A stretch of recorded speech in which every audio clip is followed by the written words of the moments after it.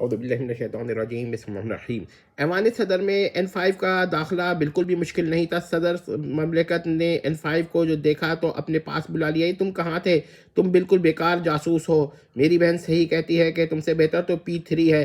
اب آپ کچھ بتائیں گے بھی یا نہیں؟ N5 نے جھلائے ہوئے لہجے میں کہا۔ اس پر صدر نے ایک تفصیل بیان کی۔ یہ بات ہے تو اب آپ کی پلاننگ بدل گئی ہے، اب آپ کو ہی صدر مملکت ہونا چاہیے۔ اگر یہ بات ہے تو ملاؤ ہاتھ، صدر صاحب نے کہا۔ یہ ان کا گھریلو تکیہ کلام تھا۔ آپ نے مشیر خاص کی نعش کا کیا کیا؟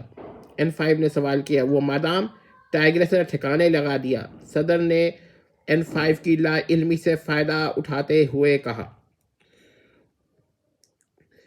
اچھا یہ بات ہے، لیکن آپ P5 سے بھی ہوشیار رہیے بھائی۔ P5 جو ہے وہ تمہارے برابر کا ہی عہدہ رکھتا ہے اور ملک میں اس کی بھی بڑی اہمیت ہے۔ میں اس سے کیسے کنارہ کش ہو سکتا ہوں؟ جی واقعی یہ بات تو ہے، مگر میں بتا سکتا ہوں کہ میں آپ کا مخلص ہوں۔ وہ تو مجھے معلوم ہے کہ آپ میرے مخلص ہیں، لیکن P3 کسی کا مخلص نہیں ہے۔ یہ بھی مجھے معلوم ہے کہ P3 کسی کا مخلص نہیں ہے، لیکن اپنے کام سے کام تو رکھتا ہے، اور اس کا مفاد اور میرا مفاد فی الحال مشترک ہے، بلکہ تمہارا مفاد بھی مجھ سے وابستہ ہے۔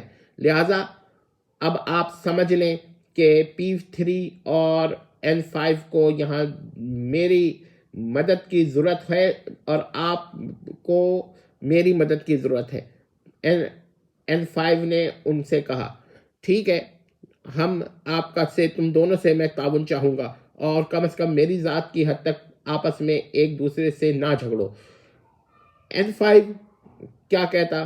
وہ اپنے تمام تر جاسوسی حربات کے باوجود صدر کی بات مان گیا۔